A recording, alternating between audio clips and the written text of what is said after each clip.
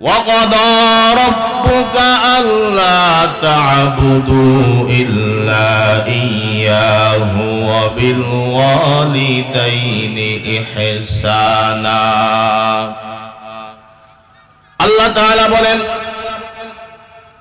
তোমাদেরকে ফয়সালা দেওয়া হলো, তোমাদেরকে চূড়ান্ত সিদ্ধান্ত জানিয়ে দেওয়া হলো, তোমাদেরকে আদেশ করা হলো তোমরা ইবাদত করবে একমাত্র আল্লাহর, একমাত্র আল্লাহ ব্যতীত আর কারোর ইবাদত তোমরা করতে পারবে না, কারোর গোলামি তোমরা করতে পারবে না, কোন মানুষের গোলামি তোমরা করতে পারবে না, শয়তানের গোলামি তোমরা করতে পারবে না, মানুষের দাসত্ব তোমরা করতে পারবে না। ইবাদত করতে হবে একমাত্র আল্লাহর, দাসত্ব করতে হবে একমাত্র আল্লাহর, গোলামি করতে হবে একমাত্র আল্লাহর। আল্লাহ তাআলা সেই কথা বললেন, তোমাদেরকে নির্দেশ দেওয়া গেল, তোমাদেরকে চূড়ান্ত সিদ্ধান্ত জানিয়ে দেওয়া হলো, তোমাদেরকে ফয়সালা করে দেওয়া হলো, তোমরা ইবাদত করবে একমাত্র আল্লাহ। ইবাদত করতে হবে কার? কোন মানুষের গোলামি করা যাবে? কোন নেতার গোলামি করা যাবে? গোলামি যদি করতে হয় মুমিন করবে একমাত্র আল্লাহ তাআলা, ঠিক কিনা জোরে বলেন? কোন মুমিন মুসলমান আল্লাহ তাআলা ব্যতীত দুনিয়ার কোন মাখলুকের কাছে মাথা নত করবে না, ঠিক কিনা জোরে বলেন? আল্লাহ তাআলা আল্লাহ পাকের ইবাদত করার কথা বলার পরে আরেকটা কথা যুক্ত করে দিলেন, সেটা কি? ওয়াবিল ওয়ালিদাইনি ইহসানা। আল্লাহ তাআলা আল্লাহ পাকের ইবাদত বন্দেগী করার কথা বলার পরে আরেকটা শব্দ যুক্ত করে দিলেন, আরেকটা নির্দেশ দিলেন, মুসলমান ভাইয়ের আমার, ইবাদত করতে হবে একমাত্র আল্লাহর। আল্লাহর ইবাদত করার পরে আল্লাহ তাআলা বললেন, তোমরা পিতামাতার সাথে সৎ ব্যবহার করবে, সদাচরণ করবে, ভালো ব্যবহার করবে। পিতামাতার সাথে সৎ ব্যবহার করতে হবে, ভালো ব্যবহার করতে হবে। নামাজ পড়া যেরকম ফরজ, রোজা রাখা যেরকম ফরজ, যাকাত দেওয়া যেরকম ফরজ, পিতামাতার আনুগত্য করা তেমন ফরজ। কিন্তু মুসলমান নামাজ পড়ে, রোজা রাখে, যাকাত দেয়, কিন্তু এমন কপাল পোড়া কিছু মুসলমান আছে যারা মাতা পিতার আনুগত্য করে না, ঠিক কিনা বলেন? কিন্তু মুসলমান ভাইয়েরা আমার, কোন ব্যক্তি যদি পিতামাতার আনুগত্য না করে, কোন ব্যক্তি যদি পিতামাতার অবাধ্যতা করে, পিতামাতার আদেশ নিষেধ না মানে, ওই ব্যক্তির নামাজ রোজা কোনো কাজে আসবে না, ওই ব্যক্তির দোয়া কবুল হবে না। তার কারণ পিতামাতার অবাধ্য সন্তানের দোয়া আল্লাহ তাআলা কবুল করেন না। এজন্য পিতামাতার আনুগত্য করতে হবে, পিতামাতার সাথে সৎ ব্যবহার করতে হবে।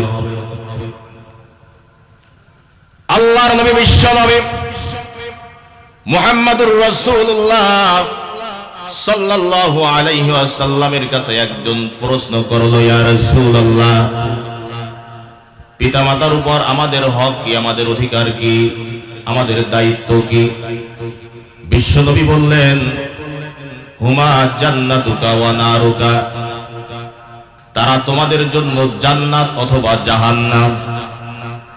যদি পিতামাতার আনুগত্য করতে পারো, যদি পিতামাতার খেদমত করতে পারো, পিতামাতার সেবা যত্নের মাধ্যমে পিতামাতার সন্তুষ্টি যদি তোমরা অর্জন করতে পারো, তাহলে তোমরা জান্নাত পাবে।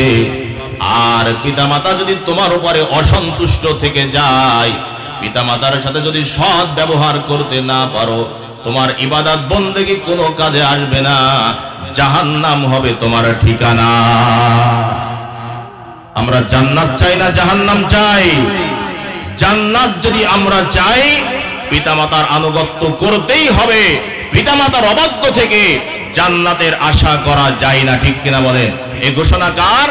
ঘোষণা বিশ্বনবী মুহাম্মদুর রাসূলুল্লাহ সাল্লাল্লাহু আলাইহি ওয়াসাল্লাম দিয়েছেন, হুমা জান্নাতুকা ওয়া নারুকা, পিতামাতা তোমাদের জন্য জান্নাত অথবা জাহান্নাম। যদি পিতামাতার সন্তুষ্টি অর্জন করতে পারো, তুমি জান্নাত লাভ করবে, আর যদি পিতামাতা অসন্তুষ্ট থাকে, জাহান্নাম হবে তোমার ঠিকানা। শুধু তাই নয় মুসলমান ভাইরা আমার, আল্লাহর নবী বিশ্ব নবী মুহাম্মদুর রাসূলুল্লাহ সাল্লাল্লাহু আলাইহি ওয়াসাল্লাম বললেন, কোন ব্যক্তি যদি তার পিতামাতার দিকে, পিতা অথবা মাতার দিকে নেক নজরে তাকায়, ভালোবাসার দৃষ্টিতে তাকায়, রহমতের দৃষ্টিতে তাকায়, বিশ্বনবী বললেন প্রতিবার তাকানোর কারণে আল্লাহ তাআলা তার আমল নামায় একটা কবুল হজের সমান সওয়াব লিখে দেয়।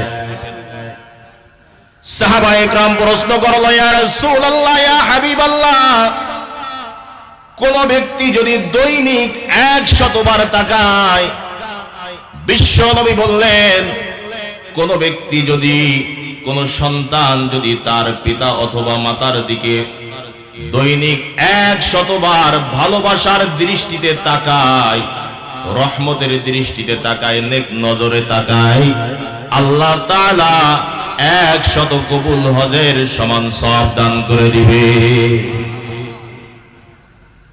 লক্ষ লক্ষ টাকা খরচ করে মানুষ হজ করে, হজ কবুল হয় কিনা তার কোনো গ্যারান্টি আছে? অথচ প্রত্যেক দিন যাদের পিতামাতা জীবিত আছে, তারা যদি পিতামাতার দিকে এক একবার ভালোবাসার দৃষ্টিতে তাকাতে পারে, প্রত্যেকবার তাকানোর কারণে আল্লাহ তাআলা এক একটা কবুল হজের সমান সওয়াব দান করে দিবেন। একজন সাহাবী বিশ্বনবী মুহাম্মদুর রাসূলুল্লাহ সাল্লাল্লাহু আলাইহি ওয়াসাল্লামের কাছে এসে বলে, ইয়া রাসূলুল্লাহ, আমি জিহাদে যেতে চাই। বিশ্বনবী বললেন, আচ্ছা তুমি জিহাদে যাবে, ঠিক আছে, তোমার কি পিতামাতা জীবিত আছে? ওই সাহাবী বলল, হ্যাঁ ইয়া রাসূলুল্লাহ, আমার পিতামাতা জীবিত আছে। বিশ্বনবী বললেন, ফাফিহিমা ফাজাহিদ, যাও পিতামাতার খেদমতের মাধ্যমে জিহাদ করো। এই জিহাদে তোমার যাওয়ার দরকার নাই, তুমি পিতামাতার খেদমত করো, তাদের খেদমতের মাধ্যমে জিহাদ করো, এটাই তোমার জন্য জান্নাত অথবা জাহান্নাম হবে।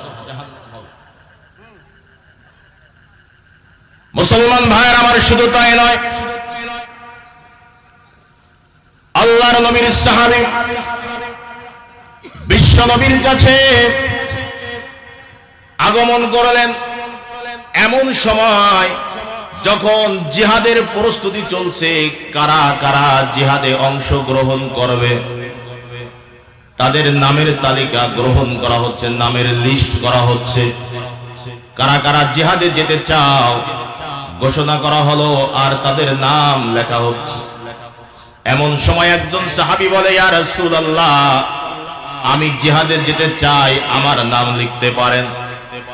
শুধু এই কথা বলে ক্ষান্ত নাই, নিজের স্পৃহা বোঝানোর জন্য, নিজের আবেগ বোঝানোর জন্য ওই সাহাবী বলল, ইয়া রাসূলুল্লাহ, আমার মা বাবা আমাকে আজকে এখানে আসতে দেয় না, তারা অসুস্থ, তারা আমাকে আসতে নিষেধ করেছে, কিন্তু আমি তাদের কথা না মেনে আমি চলে আসছি।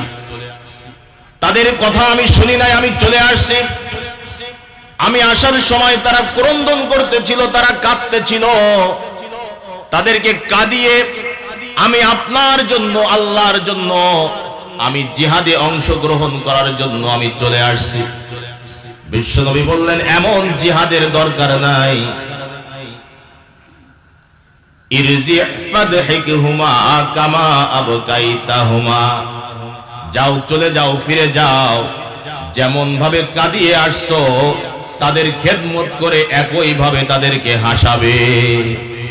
তোমার জিহাদে যাওয়ার দরকার নাই, পিতামাতার চোখের পানি পেলে তাদেরকে কাঁদিয়ে এই জিহাদের দরকার তোমার নাই। যাও বাড়িতে চলে যাও, যায় পিতামাতাকে যেভাবে কষ্ট দিয়ে কাঁদিয়ে আসছো, ঠিক তদ্রূপ তাদেরকে সেবা যত্নের মাধ্যমে, তাদের সাথে উত্তম আচরণের মাধ্যমে তাদের খেদমত করে তাদেরকে তুমি হাসাবে। পয়গম্বর মুসা আলাইহিস সালাম আল্লাহ তাআলার কাছে ফরিয়াদ করলেন, জান্নাতে আমার সাথী কে হবে, আমি একটু তাকে দুনিয়াতে দেখতে চাই। আল্লাহ তাআলা মুসা আলাইহিস সালামকে বললেন যে অমুক শহরে যায় দেখবে এই রকম আকৃতির চেহারার একজন কসাই আছে, এই কসাই হচ্ছে তোমার জান্নাতের সাথী হবে। মুসা আলাইহিস সালাম আশ্চর্যান্বিত হয়ে গেলেন যে একজন কসাই আমার জান্নাতের সাথী হবে। মুসা আলাইহিস সালাম ওই বাজারে চলে গেলেন। সকাল থেকে সন্ধ্যা পর্যন্ত কসাইয়ের সমস্ত কাজ কর্ম দেখতে লাগলেন যে এমন কি কাজ সে করে যার কারণে সে আমার সাথে জান্নাতি হবে। সন্ধ্যা হয়ে গেল, মুসা আলাইহিস সালাম দেখতেছেন কসাই সন্ধ্যার সময় তার ব্যাগে কিছু গোশত নিয়ে বাড়ির দিকে রওনা দিচ্ছে। মুসা আলাইহিস সালাম তার পিছে পিছে হাঁটতে লাগলেন। কিছুদূর গিয়ে বললেন, ভাই আজকে একজন মুসাফির আপনার বাসায় একটু মেহমান হতে চাই, আপনি যদি রাজি থাকেন তাহলে আমি যেতে চাই।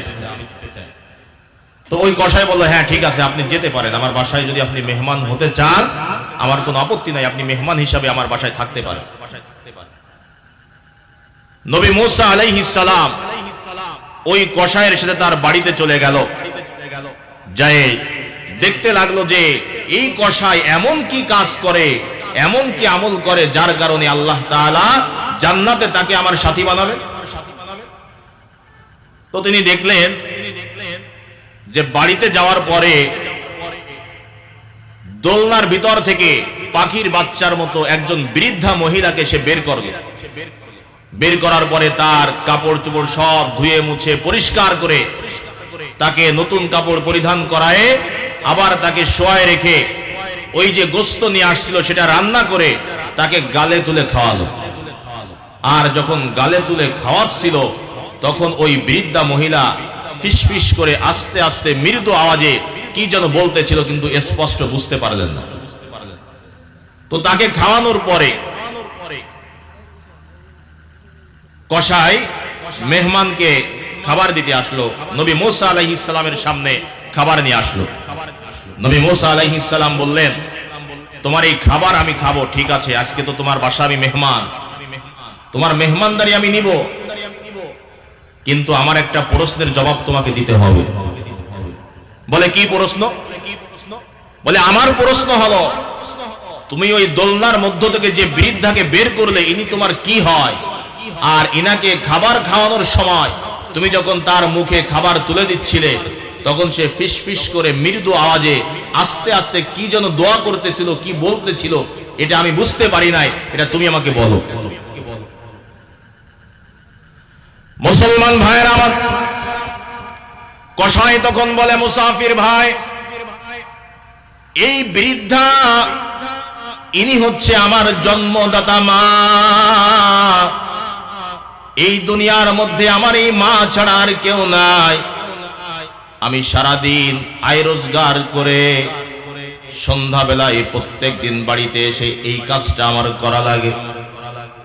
সন্ধ্যাবেলায় মায়ের পরিচর্যা না করে, মায়ের খেদমত না করে, মায়ের মুখে খাবার না দিয়া আমি নিজের মুখে খাবার দিই না, কারোর মুখেও খাবার আমি দিতে পারি না। আমি যখন মায়ের মুখে খাবার তুলে দিচ্ছিলাম তখন আমার মা আল্লাহর কাছে দোয়া করতেছিল, রব আমার, তুমি আমার কলিজার টুকরা সন্তানকে নবী মুসা আলাইহিস সালামের সাথে জান্নাত দিও। নবী মুসা আলাইহিস সালামের আর বুঝতে বাকি রইল না। মায়ের দোয়ার কারণে সন্তানের জান্নাতের ঠিকানা হলো নবী মুসা আলাইহিস সালামের সাথে। এজন্য মুসলমান ভাইরা আমার, যদি জান্নাত পেতে চাই তাহলে মায়ের খেদমত করতে হবে, মায়ের সাথে সৎ ব্যবহার করতে হবে, মাতা পিতার সন্তুষ্ট অর্জন করতে হবে। পিতামাতার মনে যদি কষ্ট দিয়ে থাকি, পিতামাতার যদি অবাধ্যতা করে থাকি, তাহলে অবশ্যই পিতামাতার হাত পায়ে ধরে হলেও ক্ষমা চেয়ে তাদেরকে যেভাবে হোক তাদেরকে সন্তুষ্টি করতে হবে। কিন্তু বর্তমান সমাজে অধিকাংশ যুবক যুবতী ছেলে মেয়ে তারা পিতামাতার আনুগত্য করতে চায় না, ঠিক কিনা বলেন? বাড়িতে কোনো অনুষ্ঠান হলে, ভালো কোনো আয়োজন হলে বন্ধু বান্ধবদেরকে দাওয়াত দেয়, নিজের দলের নেতাকর্মীদেরকে দাওয়াত দিয়ে খাওয়ায়, কিন্তু আপন নিজের বৃদ্ধ বৃদ্ধা পিতামাতা তারা নিজের পাশের ঘরেই তারা বসবাস করে, পিতামাতার মুখে তারা খাবার দিতে পারে না। পিতামাতাকে তারা অবহেলা করে, এমনকি পিতামাতার পরিচয় দিতেও তারা লজ্জাবোধ করে। এমন অনেক সন্তান খুলনা শহরে আছে, পিতামাতা এত কষ্ট করে লালন পালন করে তিলে তিলে মানুষ রূপে গড়ে তুললো, ছেলে মেয়েকে লেখাপড়া শিখায়, সুশিক্ষায় শিক্ষিত করলো, ছেলে এখন ভালো চাকরি পেয়েছে, বড় চাকরি করে, ডাক্তার হয়েছে, ইঞ্জিনিয়ার হয়েছে, শহরে বাড়ি করেছে, গাড়ি করেছে।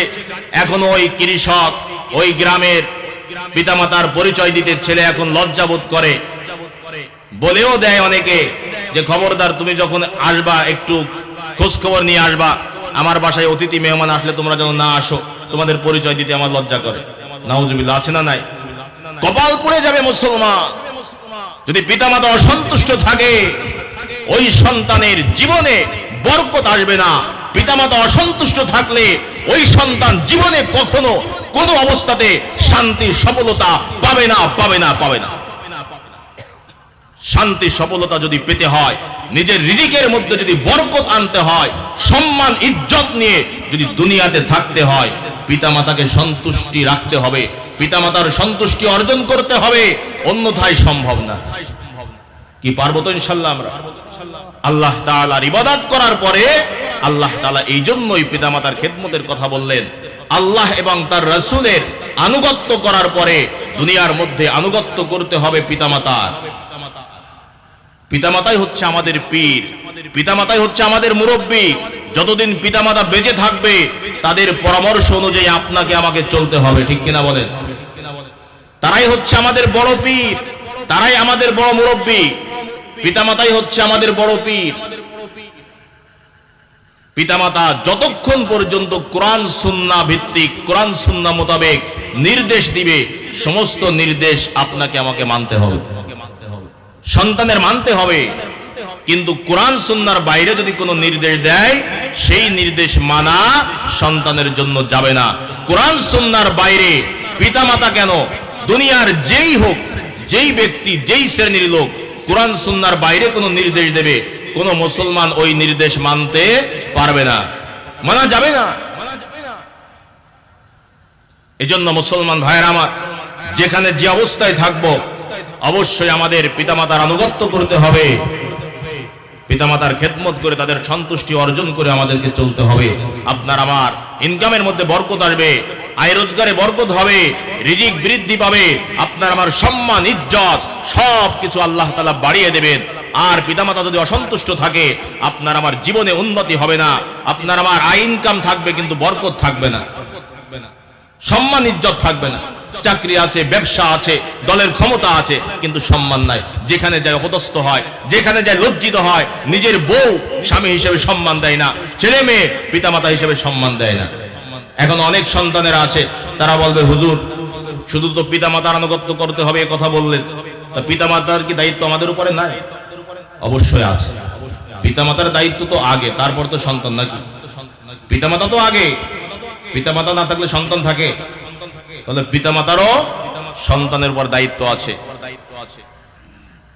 খলিফাতুল মুসলিমিন, আমিরুল মুমিনিন হযরত ওমর ফারুক রাদিয়াল্লাহু তাআলা আনহুর কাছে এক ব্যক্তি তার যুবক সন্তানকে ধরে আনছে, ধরে এনে অভিযোগ করছে, আমিরুল মুমিনিন খলিফাতুল মুসলিমিন, আমার এই যুবক সন্তান আমার কথা মানে না, আমার কথা শোনে না, আমার আনুগত্য করে না, আপনি এর বিচার করেন। এই অভিযোগ যখন খলিফাতুল মুসলিমিন আমিরুল মুমিনিনের কাছে পিতা দিল, সন্তান তখন হযরত ওমর ফারুক রাদিয়াল্লাহু তাআলা আনহুর কাছে পাল্টা প্রশ্ন করলেন, আমিরুল মুমিনিন, আমার একটা প্রশ্ন আছে, আমি যে পিতামাতার হক আদায় করব, পিতামাতার দায়িত্ব আমি পালন করব, পিতামাতার কি আমার প্রতি কোনো দায়িত্ব আছে নাকি? খলিফাতুল মুসলিমিন হযরত ওমর ফারুক রাদিয়াল্লাহু তাআলা আনহু বললেন, হ্যাঁ অবশ্যই, তোমার যেমন পিতামাতার উপর দায়িত্ব রয়েছে, পিতামাতারও তোমার প্রতি দায়িত্ব আছে। যুবক বললেন, সেই দায়িত্বগুলো কি একটু জানতে পারি? খলিফাতুল মুসলিমিন তখন তিনটা দায়িত্বের কথা বললেন। কয়টা দায়িত্বের কথা? তিনটা দায়িত্বের কথা।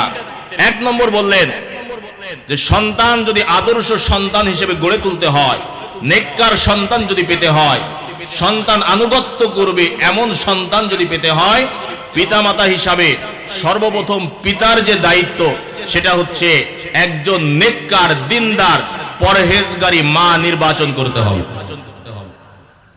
যাকে স্ত্রী হিসাবে গ্রহণ করবে, দেখে শুনে বুঝে একজন দিনদার, পরহেজগার নারীকে বিবাহ করতে হবে।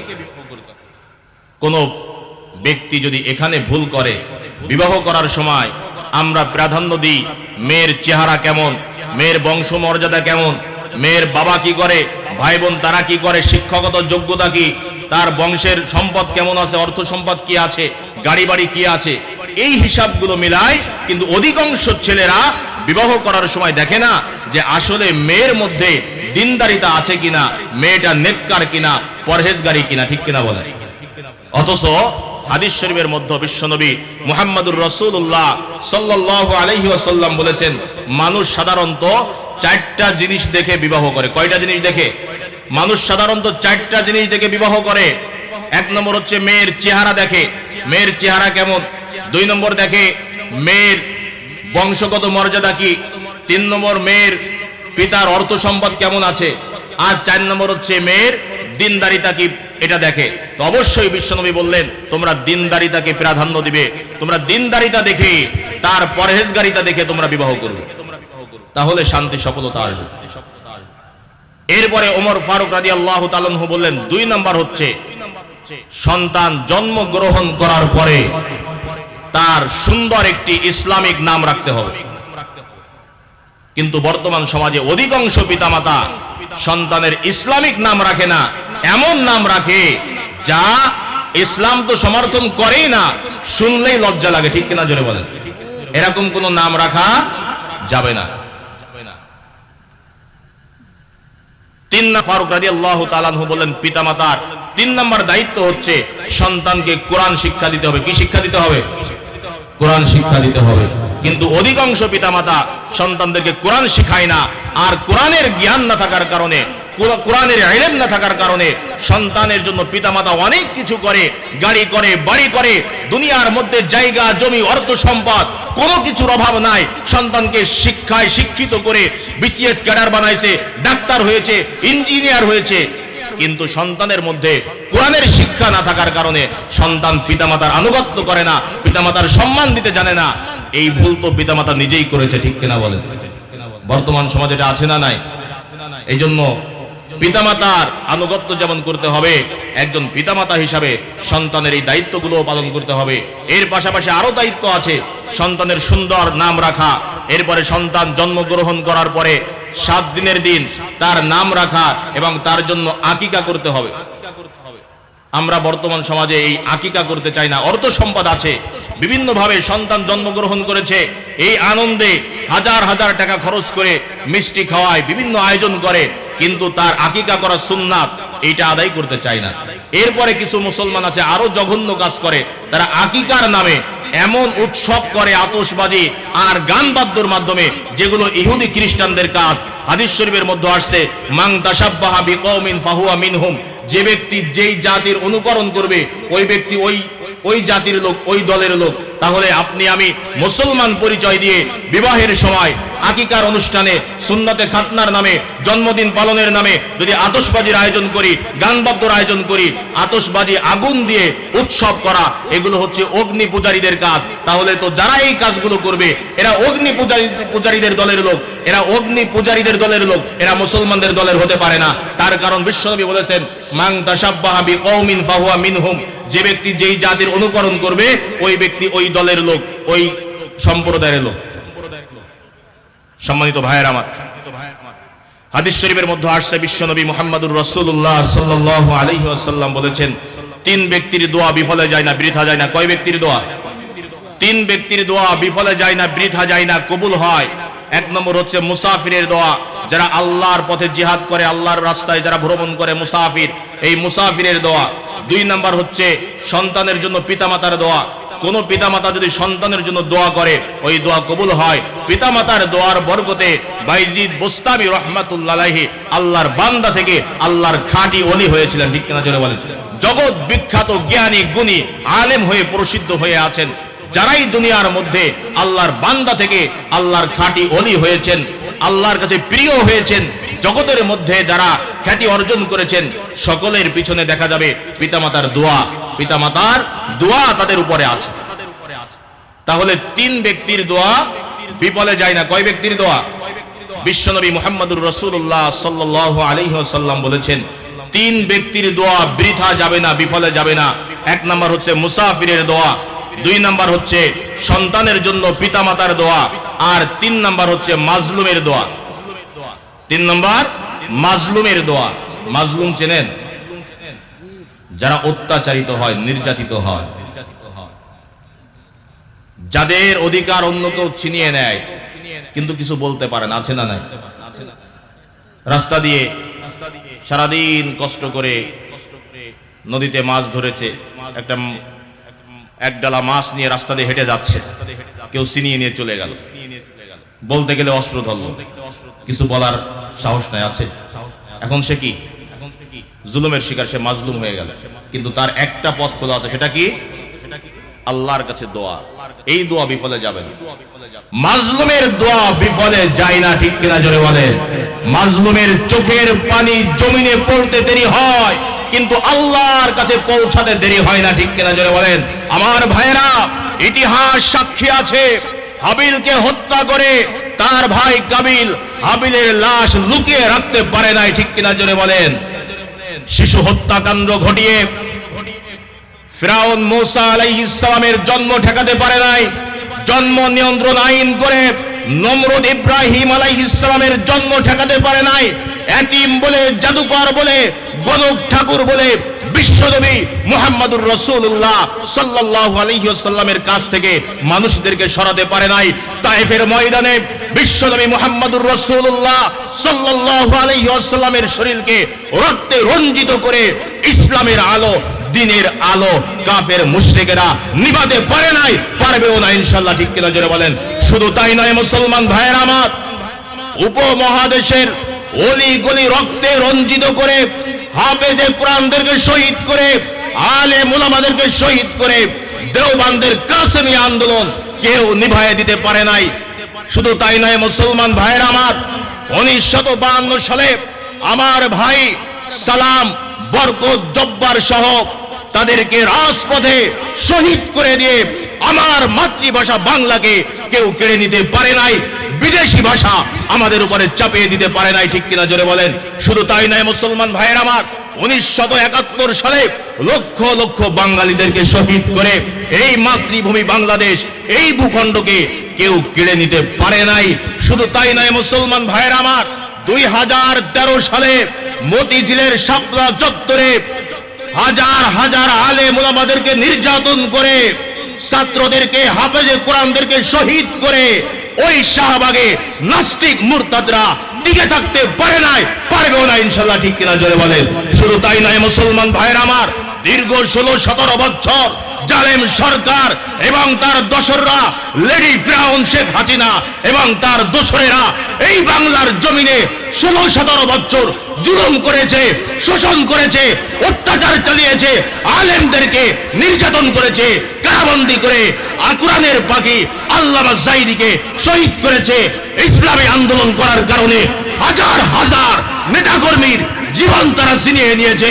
ইসলামী আন্দোলন করার কারণে হাজার হাজার আলেমদেরকে কারাবন্দী জীবন যাপন করে তাদের জীবনকে তারা নষ্ট করে দিয়েছে, বাকরুদ্ধ করেছে, কোরআনের কথা বলতে দেয় নাই। কিন্তু শেখ হাসিনা গত 5ই আগস্টের আন্দোলনে, বৈষম্য ছাত্র আন্দোলনে, বৈষম্য বিরোধী ছাত্র আন্দোলনে শেখ হাসিনা এই জালেম সরকার পালাতে বাধ্য হয়েছে, বেগে গেছে, পালিয়ে গেছে, ঠিক কিনা জোরে বলেন? আদৌ পারবে না, পারবে না ইনশাআল্লাহ। বাংলার জমিনে টাকলা মুরাদ চেয়েছিল এই জমিন থেকে ইসলামকে নিচ্ছিন্ন করবে। টাকলা মুরাদের ক্ষমতা গেছে, টাকলা মুরাদ নিচ্ছিন্ন হয়েছে। লতিফ সিদ্দিকী নামের লতিফ কাজ্জাবি, সে ছিল বাংলার জমিন থেকে ইসলাম নিচ্ছিন্ন হবে। লতিফ কাজ্জাবির তার ক্ষমতা চলে গেছে, লতিফ কাজ্জাবি হারিয়ে গেছে, ইসলাম টিকে আছে, ইসলাম টিকে থাকবে ইনশাআল্লাহ। যারাই চেয়েছিল বাংলার জমিনে কোরআনের আওয়াজ চলবে না, কোরআনের মাহফিল চলবে না, প্রত্যেকটা মাহফিলের স্টেজে, প্রত্যেকটা মাহফিলের প্যান্ডেলে গত 1 বছর আগে, গত সিজনে আমরা মাহফিল করতে গেলে বাধাগ্রস্ত হয়েছি। আমাদের মাইক কেড়ে নিয়েছে, আমাদেরকে কোরআনের কথা বলতে দেওয়া হয় নাই, মাইকগুলো বন্ধ করে দেওয়া হয়েছে, প্রশাসন এসে মাহফিলগুলো বন্ধ করে দিত। এখন আর সেই সাহস তারা পায় না। তার কারণ হচ্ছে তাদের কোনো আন্দোলন টিকবে না। ইসলামের বিরুদ্ধে যারাই যাবে, কোরআনের বিরুদ্ধে যারাই যাবে, তারাই নিচ্ছিন্ন হয়ে যাবে। কোরআন সুন্নাহ আছে, কোরআন সুন্নাহ থাকবে ইনশাআল্লাহ। সম্মানিত ভাইয়ের আমার, যে কথা বলতেছিলাম, মাজলুমের দোয়া বৃথা যায় না, যায় না কি? মাজলুমের দোয়া বৃথা যায় না। ইসলামী আন্দোলন করা ফরজ। নামাজ পড়া যেরকম ফরজ, রোজা রাখা যেরকম ফরজ, হজ করা যেরকম ফরজ, যাকাত দেওয়া যেরকম ফরজ, ইসলামী আন্দোলন করা, আল্লাহর জমিনে আল্লাহর দ্বীনকে, আল্লাহর কোরআনকে বাস্তবায়ন করার জন্য আন্দোলন করাও ফরজ। এটা যে অস্বীকার করবে সে মুমিন হতে পারে না। আল্লাহর বিধানকে যে অস্বীকার করবে সে বেঈমান, সে কাফের, সে মুসলমান নামের মুনাফিক। ঠিক কিনা জোরে বলেন? কারণ আল্লাহ তাআলা কোরআনুল কারীমের মধ্যে আকিমুস সালাহ বলেছেন, নামাজ কায়েম করার কথা বলেছেন।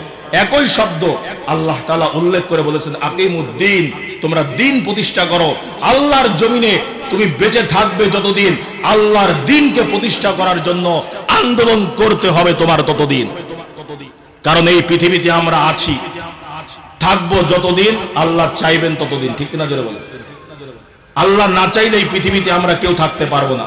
আল্লাহ তাআলা আমাদেরকে এই পৃথিবীতে পাঠিয়েছেন। আল্লাহ তাআলা যতদিন চাইবেন ততদিন আমরা এই পৃথিবীতে থাকতে পারবো। আল্লাহ তাআলা যদি না চান, পৃথিবীতে আমাদেরকে রাখার ক্ষমতা এই দুনিয়ায় কারোর হাতে নাই। আছে নাকি?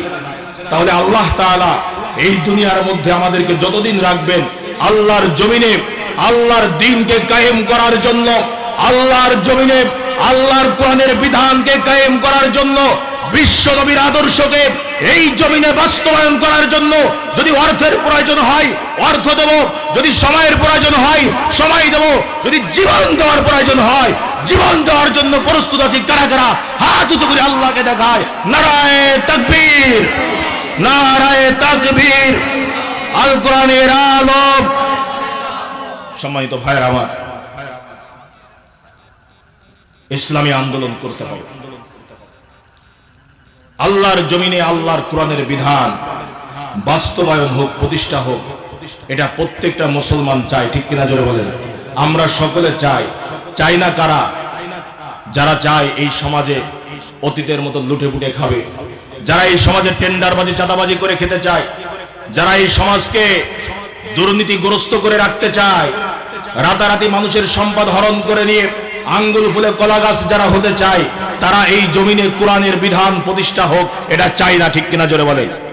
কিন্তু যারা জমিনে শান্তি চায়, যারা চায় একজন শ্রমিক তার অধিকার নিয়ে সে তার কাজ করে যাবে, যারা চায় একজন ভ্যান চালক, একজন রিক্সা চালক তার অধিকার নিয়ে রাতের আধারে দিনের সূর্যের আলোতে সে তার স্বাধীনতা নিয়ে সে রিক্সা চালাবে, ভ্যান চালাবে, একজন অফিস কর্মী তার স্বাধীনতা নিয়ে সে তার অফিস চালিয়ে যাবে, একজন নারী তার স্বাধীনতা নিয়ে সে রাস্তায় চলবে, সে তার স্বাধীনতা নিয়ে সে চলতে পারবে, একজন পুরুষ তার স্বাধীনতা নিয়ে সে চলতে পারবে।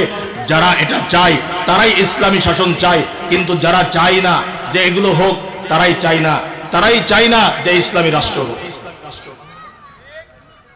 এজন্য যদি আল্লাহর জমিনে শান্তি প্রতিষ্ঠা করতে হয়, মানুষের ব্যক্তিগত জীবন থেকে শুরু করে পারিবারিক, রাজনৈতিক, সামাজিক, অর্থনৈতিক সকল ক্ষেত্রে যদি শান্তি প্রতিষ্ঠা করতে হয়, তাহলে আমার ব্যক্তিগত জীবন, আমার পারিবারিক জীবন, আমার রাজনৈতিক, অর্থনৈতিক সকল ক্ষেত্রে কোরআন সুন্নাহ যদি আমরা প্রতিষ্ঠা করতে না পারি, কোরআন সুন্নাহর অনুকরণ, অনুসরণ যদি করতে না পারি, তাহলে আমার কোনো ক্ষেত্রে শান্তি, সফলতা আসবে না।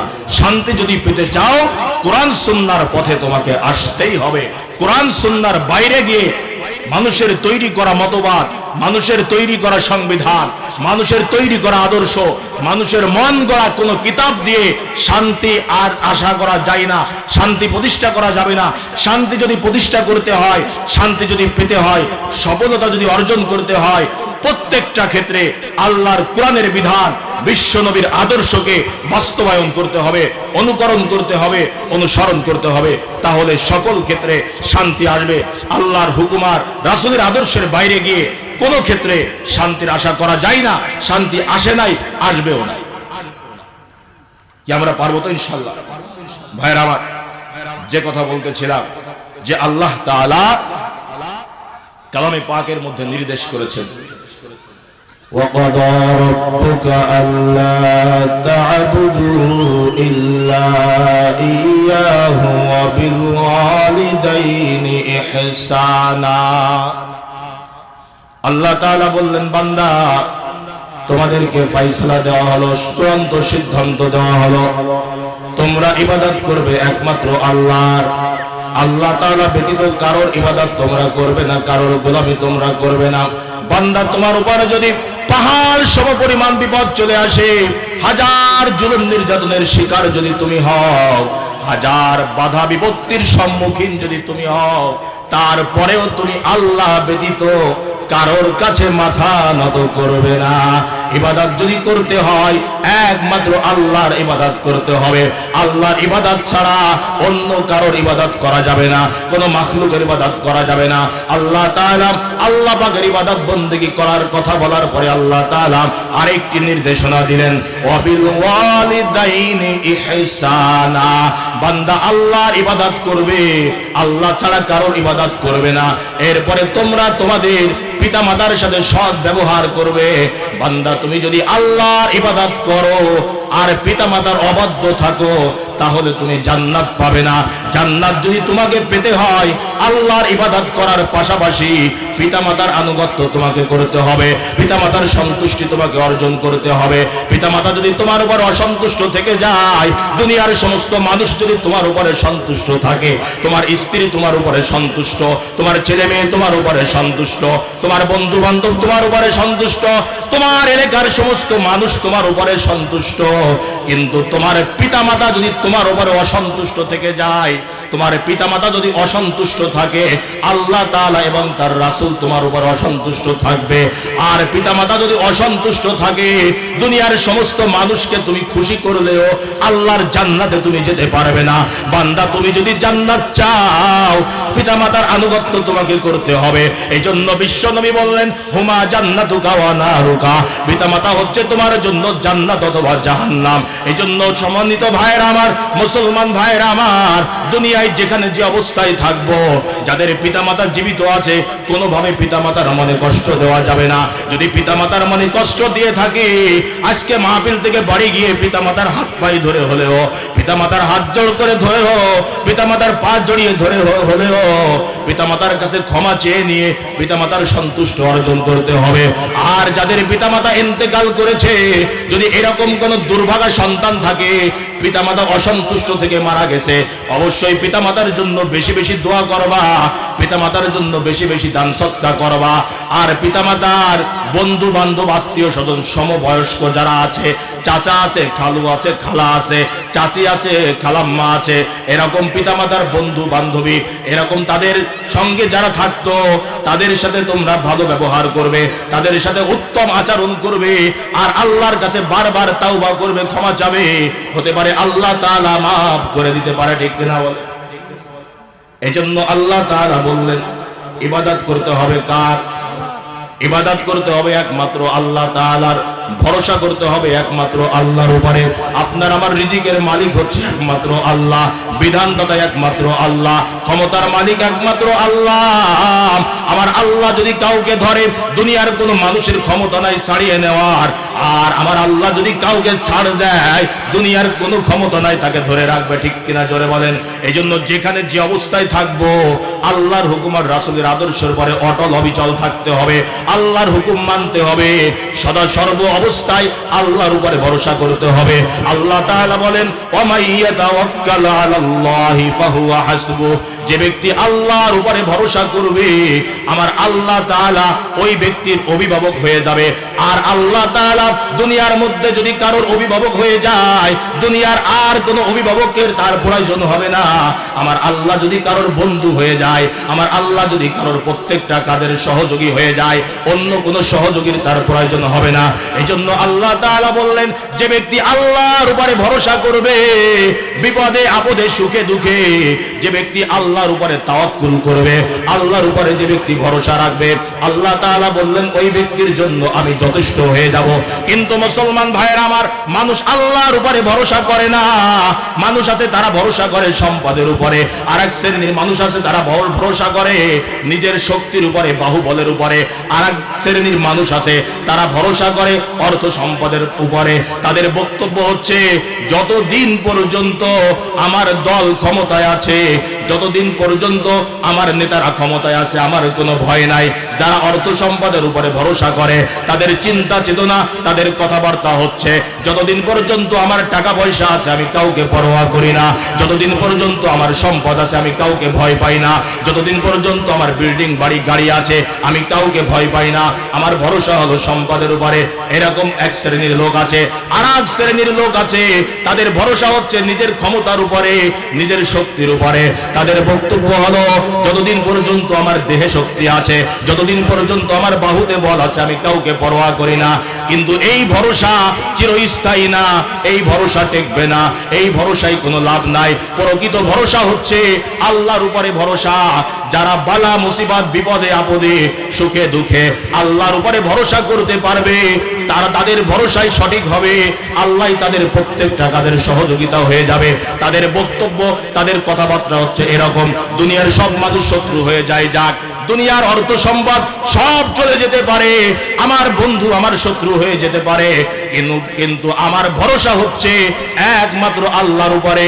আমি আল্লাহর বিধান মানব, আল্লাহর নবীর আদর্শ মানব, আল্লাহর হুকুম মানব, বিশ্ব নবীর সুন্নাত মানব, আল্লাহ তাআলার উপরে ভরসা রাখবো। আল্লাহ তাআলাই আমার জন্য যথেষ্ট হয়ে যাবেন। এটাই হচ্ছে যথাযথ ভরসা। যারা আল্লাহর উপরে ভরসা করতে পারবে আল্লাহ তাআলাই তাদের জন্য যথেষ্ট হয়ে যাবে।